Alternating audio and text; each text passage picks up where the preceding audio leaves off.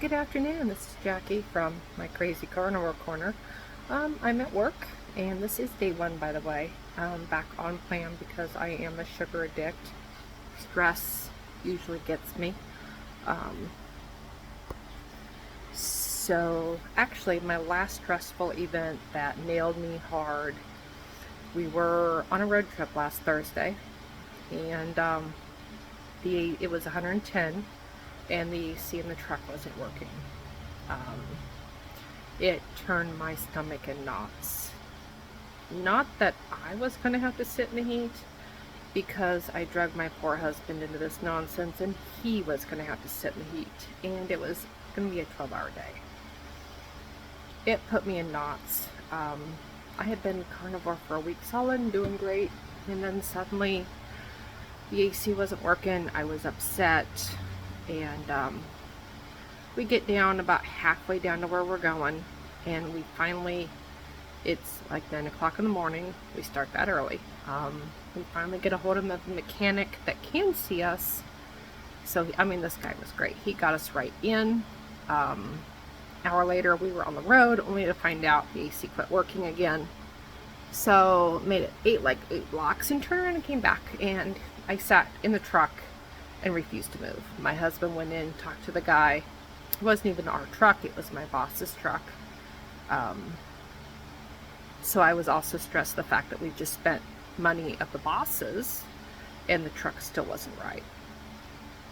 So my husband went in and dealt with the guy. Guy ran right back out. He knew the situation. And I sat in the truck. He didn't have me move. It was over 100 degrees, and I'm sitting out there in the heat, hot and mad. So the guy was great. He did have us go inside. He moved the truck inside also. And it was a total of 3.5 hours, almost 4 hours of us waiting.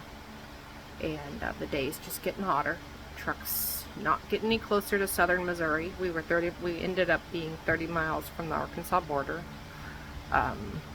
Anyway, when he did finally get the truck going, he explained the issue, explained it is running, the AC is running, but he doesn't know if it's going to stay going. Hoping it does. It was a computer problem. So I called in a pizza order. I called in Meat Deluxe Pizza at Casey's right across the road. And my plan was just to eat the toppings. I've done this a million times, should not have been an issue. So run over, pay the money, get the pizza, and it looks great. He really piled the toppings on. So we get back in the truck, hit the highway, flip that lid open, and there sits that beautiful pizza. I don't know, it's been a long time since I've had a pizza look that splendid. I can't explain it. But it hit me, I didn't want to peel the toppings off. I wanted the crust too. I wanted it all. It looked so good, and I was stressed, and all of that was hitting me. And I closed the lid, and I looked at my husband, and I says, I want to eat the crust. And he says, well, that's up to you. And I sat there, and I looked out the window, and we're going down the highway, and I open it up and look at it, and I reach in, and I start to peel a little bit, and pizza, the whole thing just peels off one slice. Crap. And I closed the lid again, and I looked at him, and he glances at me and goes back on the road. Oh, this is awful. Just freaking awful. Those cravings hit me hard. And finally, I flipped that lid open and shoved a piece in my mouth. Best damn pizza in ages. I ate over half and put in the back seat, and then a little bit later he had me get the pizza, and he ate some of it. He already ate a little bit before that, so he wasn't hungry when I was. The rest of the trip, I ate what the hell I wanted, and by the end of the night I was eating ice cream. You know what, that was damn good. We stopped on the way back. We're like, screw it, we're not going to make it home by a decent time, so we stopped in a little town and got some ice cream. And it was really good, actually. And we didn't care anymore, which was wonderful. Wish it had been that way previously. I don't give a damn, but it is what it is. So today is what? Wednesday. 6 days. I have great intentions and that flies out the window. Stress, anxiety. Yesterday was anxiety. I don't know why. So this is my first day back on plan. I did make a video this morning talking about my life and where I work and what I do. So this is my lunch. Switch my phone. This is my lunch. A very small T-bone steak. The heifer that we butchered was 1.5 years old, and she was full Angus, and she just never grew up because her mom didn't have milk. So these are very small steaks, and I really don't like the way they taste. I told my husband I don't really like the way the last 2 steers tasted either. He thinks it's probably, he feeds a corn mixture. The corn is ours, and then the protein pellet is just based on where he gets it from. And this is a different place that he's been getting it from the last couple years, when flavors changed in the meat. So I do question if that is the problem. I just don't think it tasted very good. But to be fair, our last 2 steers that we butchered, and a heifer, did not grow properly. There was something, rust 3 actually, there was something wrong with all of them. They were 1.5 years old instead of 1 year old. And we kept them because they weren't worth anything to sell at the sale barn. We kept them back to butcher. They just didn't grow right. One had a really messed up shoulder and leg. I remember that one because we raised him with our show steer. He never did grow right. We, right at 1 year old, a little over 1 year old, right along with the show steer, he was finished, but he just never grew up. And we put him out to pasture with my horse and grained him the last probably 4 months, and he just never grew up. We did the same thing with this last heifer. Her mom didn't have enough milk. My husband didn't want to deal with supplementing her because a lot of cows won't take a bottle once they get older. So she was what she was. And at weaning time, she went with the other cows who went into the feedlot. She just never grew up. She was in the feedlot all winter and never grew up. Well, that spring, the heifers we were keeping for breeding went out to pasture, and she come up to the house to live with the horse. So I wormed her good. I wormed her several times in a row, and let me tell you, this thing was nuts. I've never had a cow so nuts, and a yearling heifer no less. We had to put her behind a gate to do anything with her. Because the horse will chase if it runs. He is natural cattle breeding. He actually wants to be friends with them, but he doesn't comprehend that they don't like it when you chase them. So he talks to them, he goes up to them,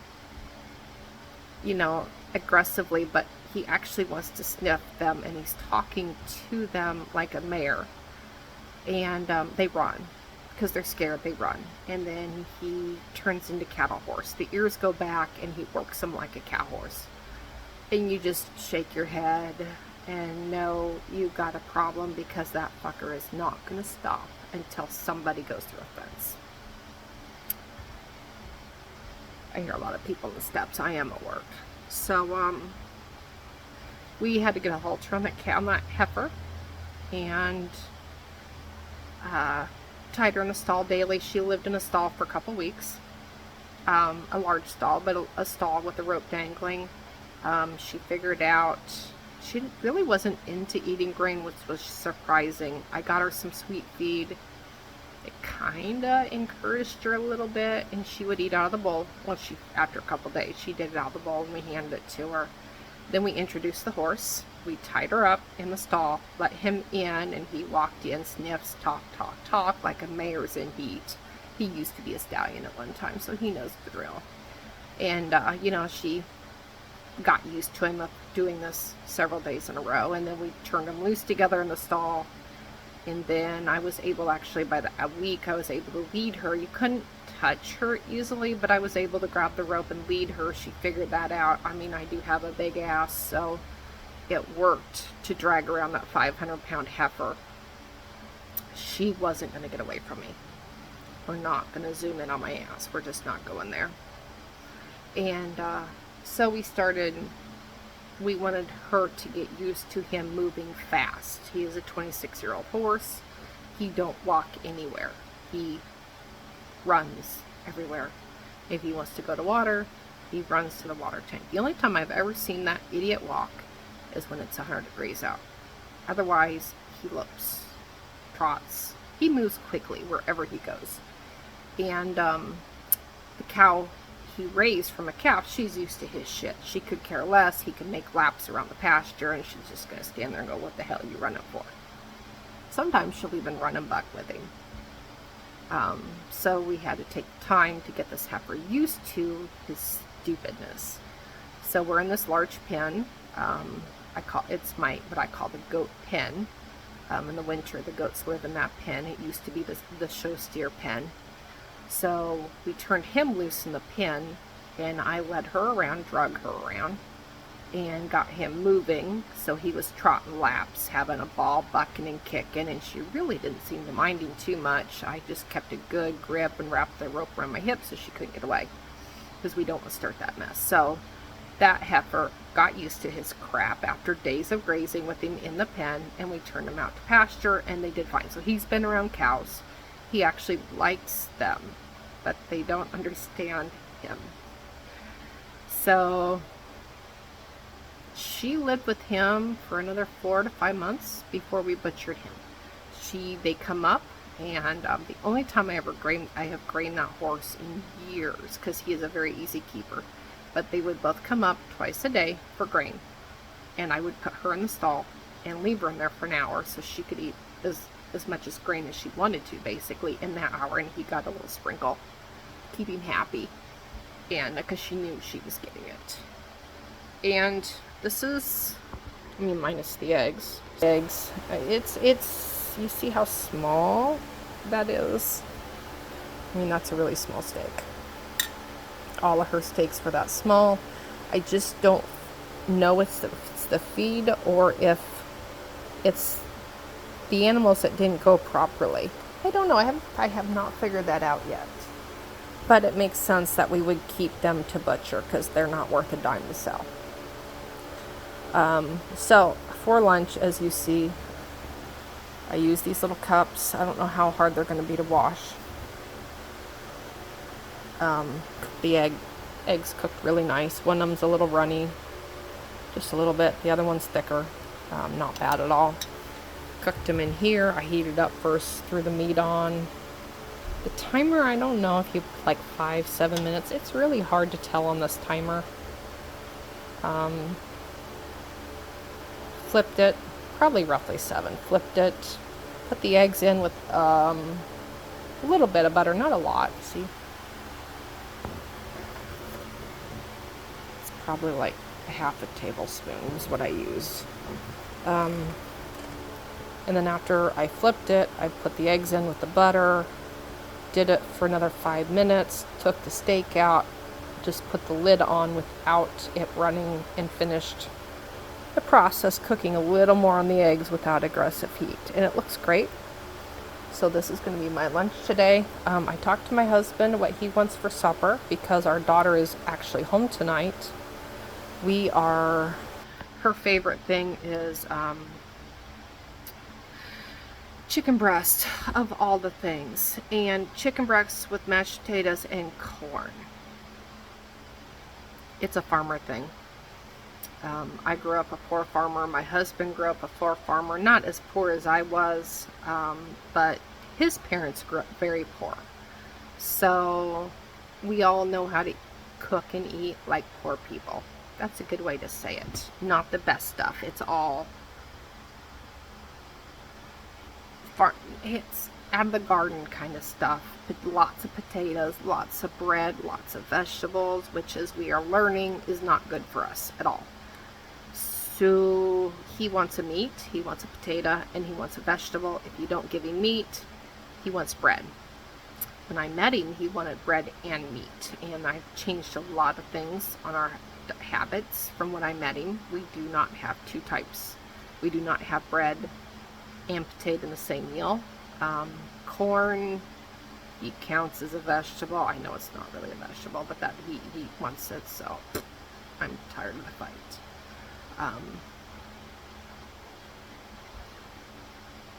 So I'm gonna have chicken breast. I think I'm gonna make some kind of a fatty dip for it, for myself. The rest will just dip it in their mashed potatoes. So that's supper tonight. Tomorrow night, my husband has tomatoes he brought from his dad's, and he has a head of lettuce. So we're having taco salads tomorrow night. So I had to make that decision. I have no issues with eating keto off and on. Excuse me. Do I want to eat a taco salad, or do I just want to eat the taco meat with some sour cream and taco sauce? Because I'm sorry, it has to have some. I cannot stand just ground burger. It has to have something for liquid or flavor or something. So taco sauce, screw it. I'm going to eat it. If I eat that, I will have it. So the only thing missing probably is a few a little onion, a little tomato, and lettuce. Will it hurt me? I don't know. I haven't 100% decided if vegetables are truly trying to kill me. Maybe it's just some kind of vegetables. It's iceberg lettuce. I really honestly don't think iceberg lettuce is dangerous.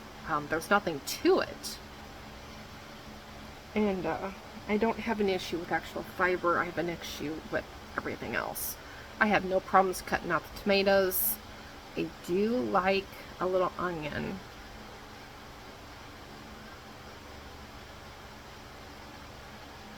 Onion is good, just a little bit. So I don't know. I will probably do a big old fat taco salad, but I don't know. We'll find out tomorrow. And then let's see here. We will have. I mix. It's like 4 pounds. A 2-pound package of deer burger and a 2-pound package of beef burger, and I mix them. We don't really like deer burger, but we shoot 4 deer a year. My husband loves to hunt, and I'm like, we are eating it. It will make our limited beef burger stretch, so I mix them. So we'll have 2 pounds of ground burger for supper tonight for the taco salads. I feel a fur, maybe it's a hair. I have a hair coming out of that mole. No wonder I'm feeling it. So anyway, we'll still have an extra 2 pounds of burger left over from the mix for the next night, Friday. It's just going to be my husband and I Friday. If his family stays, because they're going fishing Friday, I'm working. If they go fishing, they will fry fish that night. So the burger will be Saturday. It'll just be the 2 of us. Otherwise, we'll eat Friday. I'll find something to do with it, a meatloaf or cheeseburgers or something. And then I also pulled out this. We're going for extreme overkill now, but I bought some small pork loins. They were really small, thin, obviously young hogs. And I thought it was thawing one of them out this morning. So I have a whole pile of meats thawed out. I mean, I was going to the basement. We have a door outside, not inside. So if you go down there, you're making a trip of it. I brought up a couple bags of cat food. I also make cat food out of chicken, mostly. We grind it. My cats and my dog were raised on it. The one cat is 13, 14, something like that. The dog is 4 years old here soon. The other cat is 8 years old. So they've all had most of their lives the ground chicken, and of course they get extra stuff. Fuzzy, the house cat, he goes in and out. He loves liver, he loves heart, he loves deer. There's nothing he don't like when it comes to meat. The dog doesn't like white meat. He'll eat chicken breast if I cook it just barely on the outside, but he don't like white meat. Fuzzy likes everything. The dog likes the rest of it. He just don't like white meat. I was raising quail thinking I could feed them little suckers to the dog. He wouldn't touch them.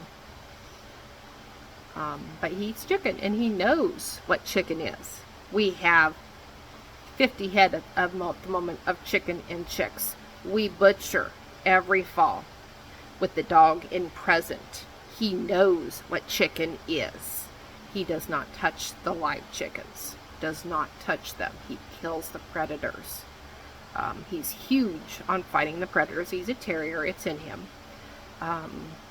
If a predator kills a chicken, he gets really upset. Last fall, a mink killed 7 chickens in one night. Most of them were my daughter's stray chickens. The one freaking night I go to bed early, I wasn't feeling well, and I forgot to lock them up. My daughter didn't check them when she come home from work. Next morning, I've got dead chickens, and I actually found a hen out in the pasture, and she was just shredded, but she made it out that far, and I had to put her down. But we lost 7 hens altogether. Well, that one would have been 8 hens altogether. Well, a couple roosters. These were show birds mixed with a few of my layers. And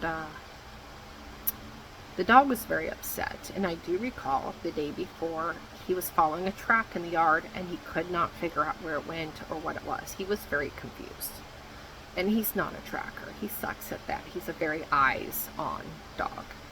But he was following a track. He knew something had been out there, but he couldn't find it. And then after,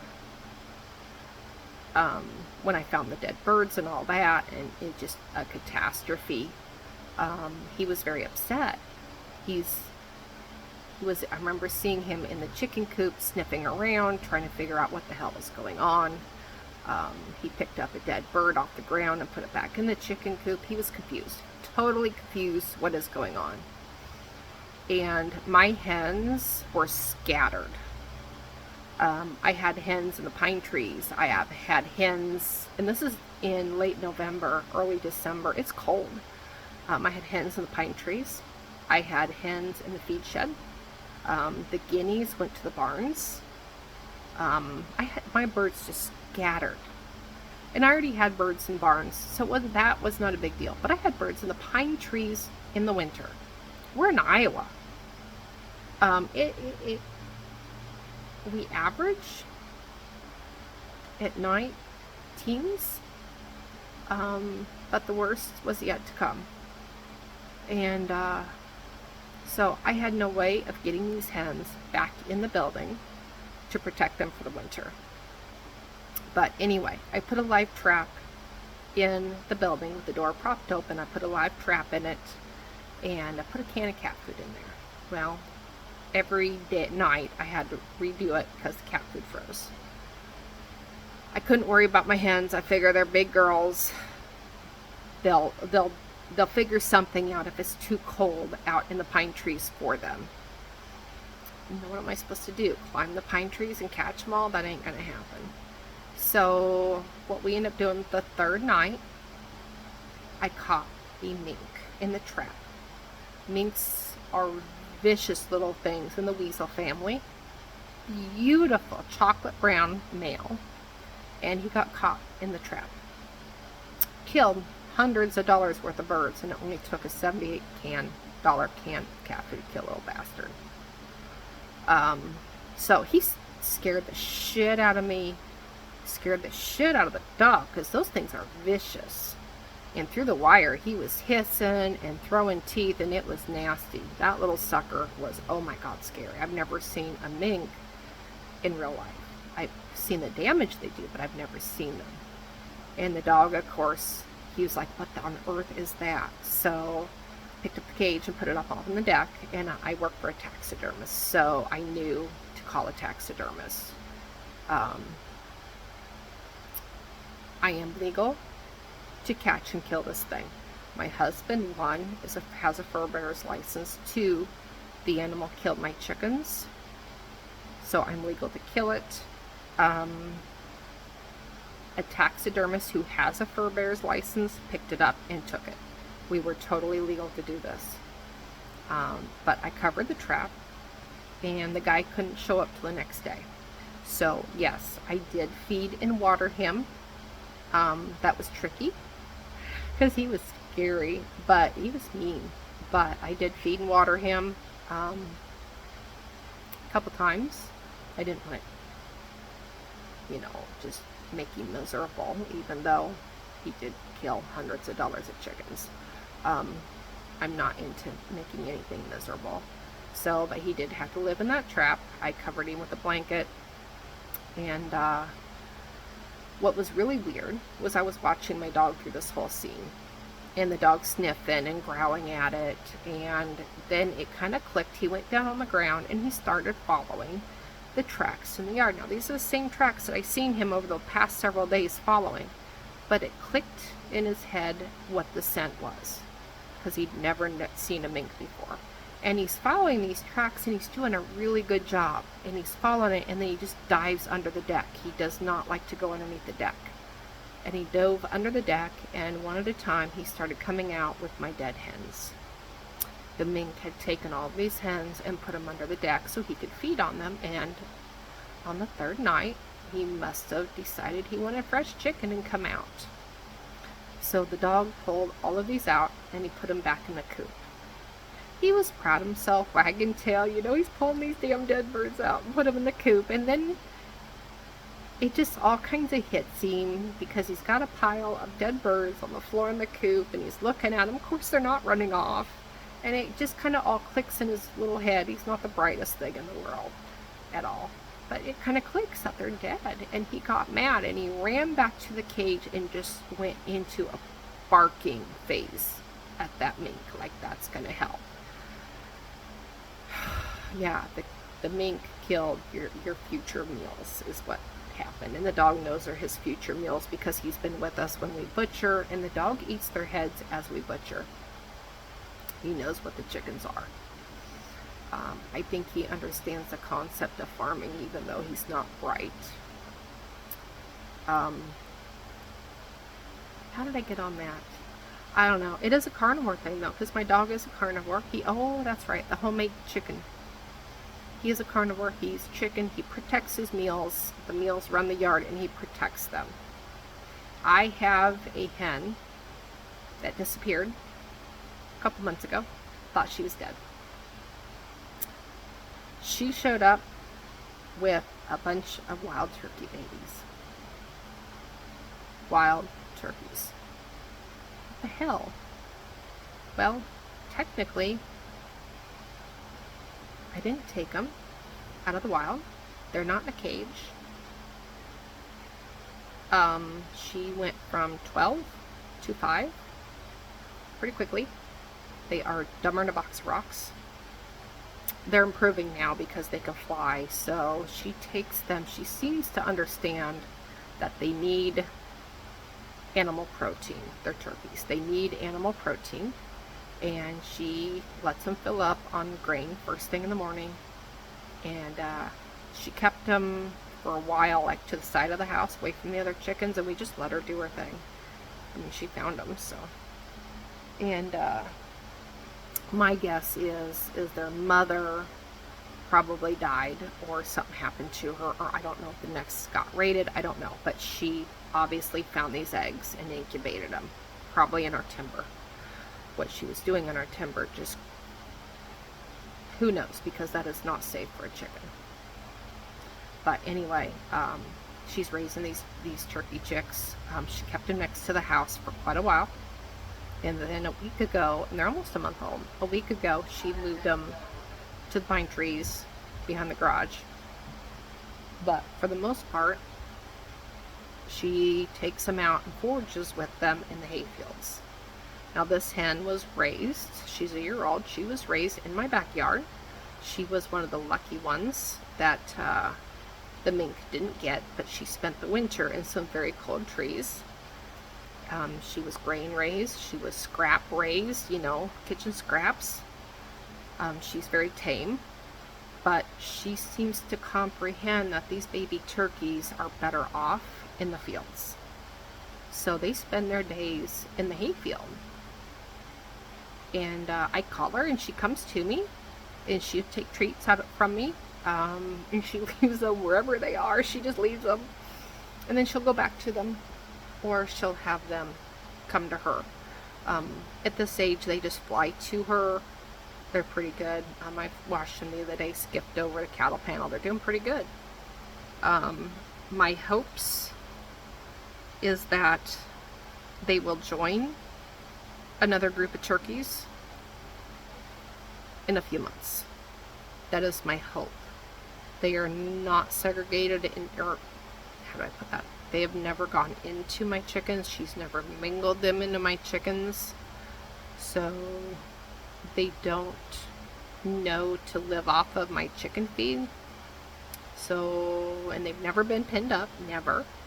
So my hope is that when the time comes, they join probably the group of turkeys their mother was in the first place.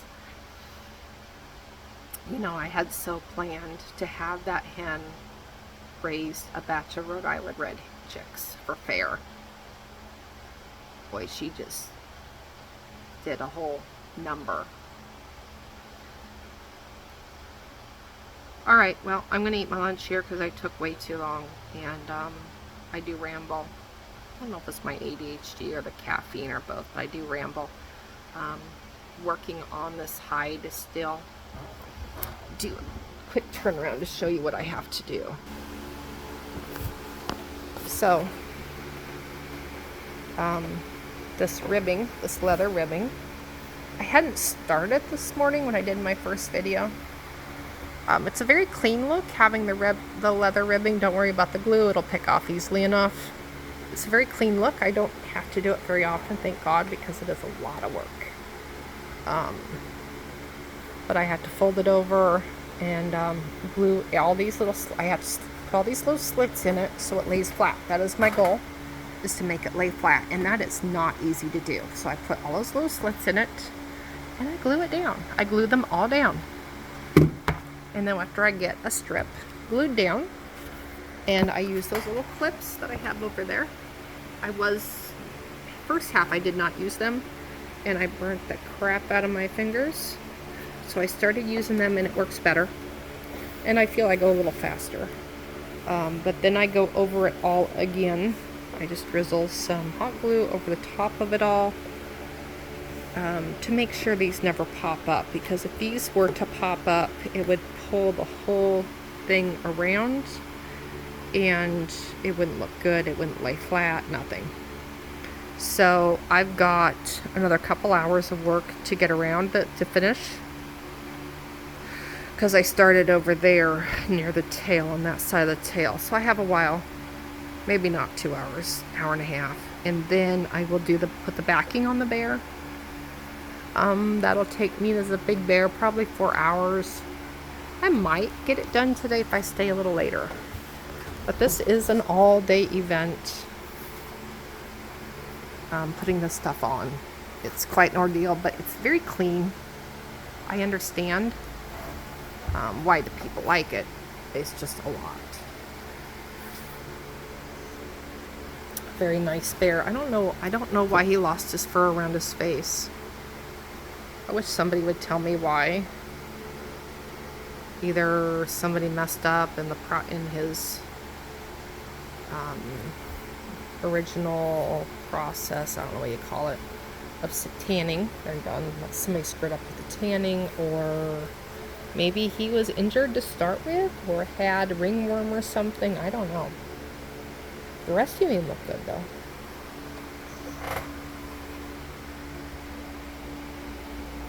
Yeah. Alright, well, that's it. Y'all have a good carnivore day.